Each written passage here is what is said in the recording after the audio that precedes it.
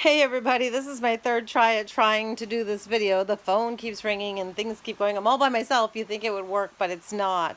So yeah, I've kind of got flour all over me. I can see in the thing now. Well, it would make sense. This is what I've been doing all morning, which takes a lot of rolling and crimping. And those are Grandma Austin's filled cookies, only she always filled them with raisins, a raisin mixture that she made, and nobody wants raisins anymore. So I filled them with jams, with my raspberry jam and blueberry jam and strawberry rhubarb and triple berry. So there's 4 different kinds. And thank you, Dawn and Alan Austin, Manchester Austin, for ordering those because it was super uber fun channeling grandmother while I was cooking. So today we're going to do another old time fun institute. Dawn and Alan both wanted a mayonnaise cake with peanut butter frosting. I've never made peanut butter frosting before, so I'll make it at a different video because I don't want to make it early and then have it set while the cake is in the oven, or even if it's trying to cool down. So I'm not going to make it right now. I'll have to make a second video for that. And I've never made peanut butter frosting before, so it's going to be fun to do another first with you. That recipe comes from my mother-in-law, and I'm very excited about it. This one is called a mayonnaise cake, right here. They were very popular in the 70s and the 80s. It's a very moist cake, so if you're a person who likes your cakes on the drier side, probably not something you'd like. The wonderful thing about it is if you're baking along and you said, oh, I'm going to make a cake, and you go to the refrigerator and oh, don't have any eggs. Mayonnaise cake is fantastic because, of course, what's the main ingredient in mayonnaise but eggs? And of course, during the coronavirus, we weren't running off to the store, we weren't going to the corner market, we were doing what we could. And so I just wanted to also show you this for other baking. I got this during the coronavirus and sent a few bags to Sunny, who was stuck in New York City, as we all know. And this is, I haven't used it yet. You can see mine's closed because I haven't needed egg replacer yet, because I've got the cute little cutie up the road with her eggs, and I just go up and get them. So I haven't done that yet, but I will someday, and that's gluten-free as well, and they also say vegan, so you can use it for anything. But mayonnaise, excited. What did I just do? I had a much larger bowl. Hold on. You need a good sized bowl, so I'm taking a large bowl out of here, and I can't believe it.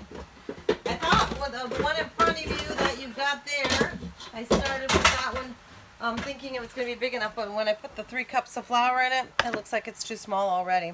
So the first thing you have to know about the cake is when you are preparing your pan, which I haven't done it to yet. I'm doing a disposable pan because it's going to somebody else's house. They usually assume that you're doing this in 2 layers, because that's the way everybody used to make their cakes back then. So if you're doing a layered cake and it's mayonnaise, so you need to lift it out to frost it later, they want you to put shortening or whatever, grease your pan, but also put wax paper on it so it can be lifted out. This is a disposable pan that's going to Dawn and Alan's house, so all I'm going to do is right here is spray it with baking soda so they could just pull out a piece at a time. So I'm not doing that right now because I don't want that sitting like that and have it separate. So I'm going to go right to the recipe. Here we go. Third try on this. Just to make sure, yep.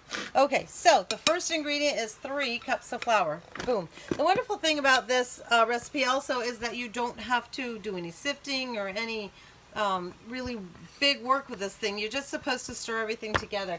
And the mayonnaise makes it smooth anyway. So there's your 3 cups of flour. Can you see this? If not, I'll push it back a little bit. Okay, 3 cups of flour. And then they want 1 1/2 cup of sugar. So here we go. 1 1/2 cup of sugar. There you go. And preceded by 1/3 cup of cocoa. And there you go. Basically, you just kind of want to... And I think what I'm going to do is, because they recommend you sift it, that's what I'm going to do. So I'm going to get out my sifter. Because back then, to be honest with you, all cakes and everything were sifted. But I can see how possibly they'd want to sift it, because I can see that the cocoa has some pieces in it. So you want to break those down. You don't want to bite into like a piece of cocoa or something like that. Plus, it combines them together well. Look at my awesome old-fashioned sifter. Tim got it for me at a garage sale or something. We were together somewhere, and he's, look at that. Very old-fashioned sifter. Isn't it cool? I love it when I use this. It always kind of takes me home because I sift nothing anymore. So when a recipe says sift, it kind of takes me down memory lane. And you can see how on top of there are pieces of cocoa and stuff that just haven't broken down yet. So it's a good thing to have the sifter like this. You can break them down. I'm going to keep going. Then we'll transfer it back into the big bowl again. Because this doesn't use a beater or anything, I believe sifting is the right move to make, because otherwise those pieces that you saw of the cocoa and whatever that weren't broken down still would not break down without a beater. A beater does do that for you. Yes, it does, but we're not going to use one here today. We're just going to keep stirring like the recipe says. So there you go. Whoops, kind of hit the camera when I was trying to finish what was in the bowl here. All right, so sift it. Sift our second batch here. If you're still where you can see, yep. Kind of fun. It's fun things. I think about things that we used to use. Another thing I don't really use, and my mother still does it, God bless her, is I don't iron. Does anybody iron still? I don't.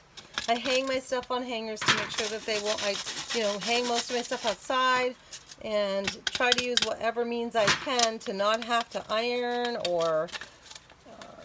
So I keep as much space in the closet as possible so that it won't get wrinkly.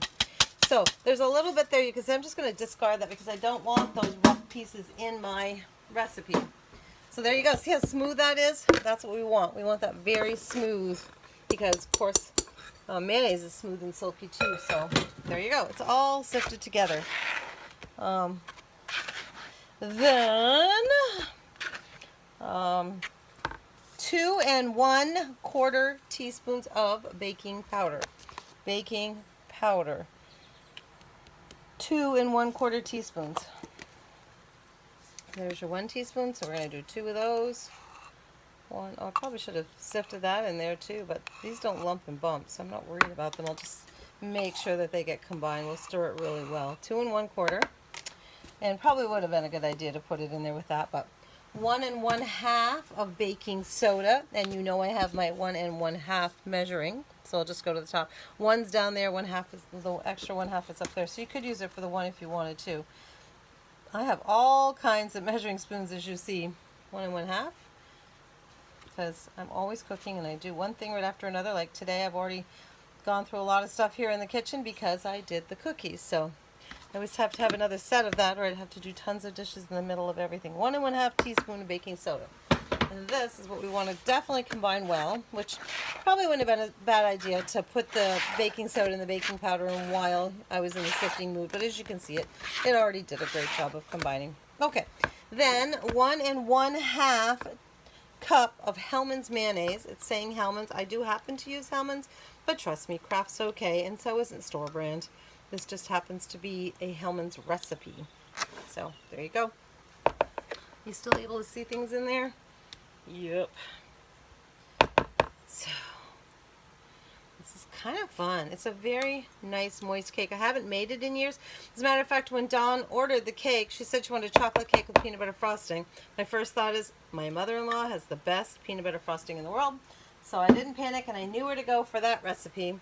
But I was like, hey, did you want to try something new? How about, did you want a mayonnaise cake or a regular cake? And she said, I've never had a mayonnaise cake. And God bless everybody that's buying from me. They all are like, oh, I want to try that. I don't mind trying something new. And so I'm having so much fun with people. Then after that, it's 1 1/2 cups of water.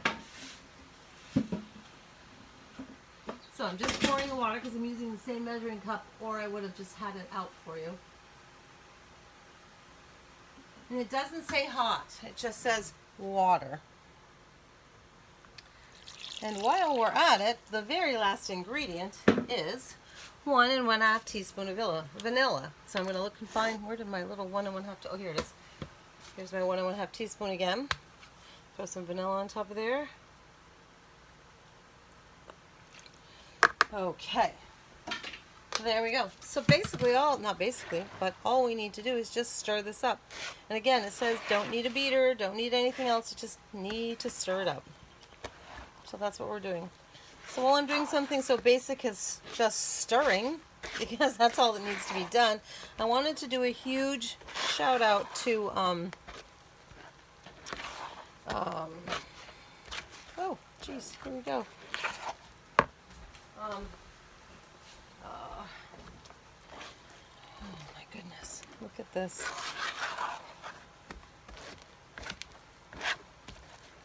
Oh wow, this is really easy.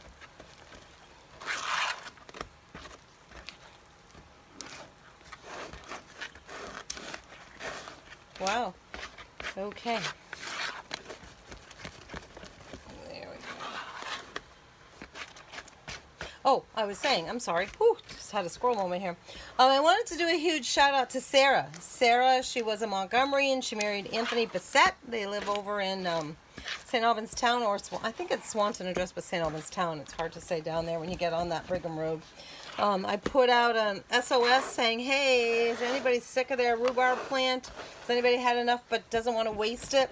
And she was all, yep, come on down and get some. So I went down there yesterday and I picked some and I cleaned out the bush, hoping to get the young stuff that was kind of stuck underneath, hiding from all the bigger old stuff, to grow out.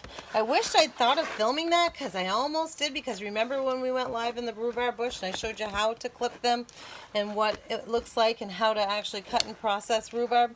I wished I'd thought about having you right there, you know, filming you to show you how I was trying to clean out the bush of older stuff so that it can let that nice young new stuff come in as well. And I didn't think about it, so I got back in the car. My sister Angela was here and she had definitely decided to go with me, so that was a lot of fun. She's up from just outside of Boston. So that's all there is to the cake. You can see it's nice and smooth. All I'm going to do is spray my pan, put it in my pan. I'm going to, oh yeah, I know, cook it for 30 minutes. 350. My oven's already heated up. 350 for 30 minutes is if you're doing the two ones, you know, not the oblong. If you are, because they're assuming here that you're going to do it in two round pans or two square pans and then put them on top of each other, but we're not doing that.